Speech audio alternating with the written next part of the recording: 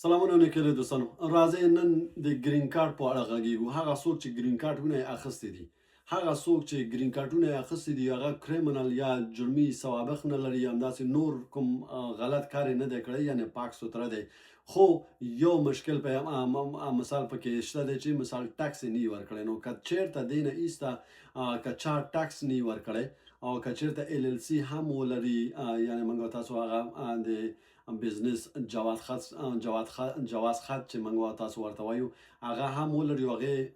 ټکس نه وي ورکړی، همداسې یا خپله شخصي کوم کار چې چېرته یې کړی کمپنۍ ته یې کړی، همداسې W2 دی یا 1099 دی، که دغه یې نه کړی څه ورته ټکس یې نه ورکړی امریکا دولت ته، نو په هغه صورت کې هم دغه ډیپورټیشن سره مخامخ کیدی شي. نو که چېرته تر اوسه پورې تاسو چېرته کار هم کړی هغه که W2 دی په کمپنۍ کې وي او که چېرته قراردادیان وای، نو هغې د خاطره مخکې نه تاسو لاړ شئ خپله حل او احوال پوښتنه وکړئ. که چېرته کوم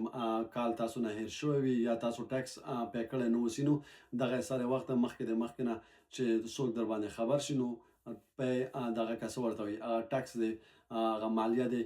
دغه که دولت ته تسلیم کړه. ځکه چې دا که چېرته د نن دې نه نیسي سبا دې نیسي، او که سبا دې نه نیسي بل سبا دې نیسي، نو دا د امریکا د دولت مالیه دی، دا هېڅوک هم نشي کولی چې دا دې نه ځان پټ کړي. هغه که خان دی او که غریب دی او که غټ دی چې ایلن ماسک نه نیولی ورو دغه غټ پیسه داران چې دي، دوی نو ټکس د امریکا دولت ته ورکوي. نو موږ او تاسو خو ورو ډېر هغه لاندې سطح کې اوسېږو، غریب خلک یو. نو هغې د خاطره که چېرته غواړئ چې مثال ډیپورټیشن او دغه څخه د پولیسو او وارنټ او دغه شیانو څخه بچ اوسئ، نو خپله ټکس په خپل وخت باندې اجرا کوه، کلنی ټکس دې ورکوه، همداسې کمپنۍ کې چې کار کوئ ور وخت خپل ټکسونه ورکوئ. او د بعضې دوستان دي چې مثال دا ټکس وایي زه نه ورکوم، دا ټکس مې بند کړو، هغه ټکس مې بند کړو. دا بیا مخکې د هغې نه چې دغه شیان تاسو بندوئ باید تاسو پوښتنه وکړئ چې آیا دا کوم او دغه لري څه ورته وایي راتلونکي کلونو کې آیا موږ ته کوم مشکل جوړیږي آیا نه جوړیږي، څه رقم دی، دغه که چېرته موږ بند کړو آیا کوم مشکل شته دی، او که چېرته بند نه کړو آیا کوم مشکل شته دی. نو مخکې د هغې نه چې تاسو دغه کارونه وکړئ، تاسو باید یو دغه سره حقوقي وکیل سره وګورئ، او همداسې یو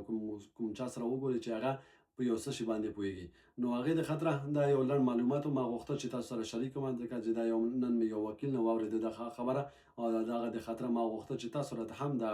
خبر شریک کړم تر څو د دغسې حالاتو څخه باخبر اوسئ. بیا هم مننه، ژوندي اوسئ، فالو، کمنټ او د نورو دوستانو سره شریکه ویډیو. سلام علیکم.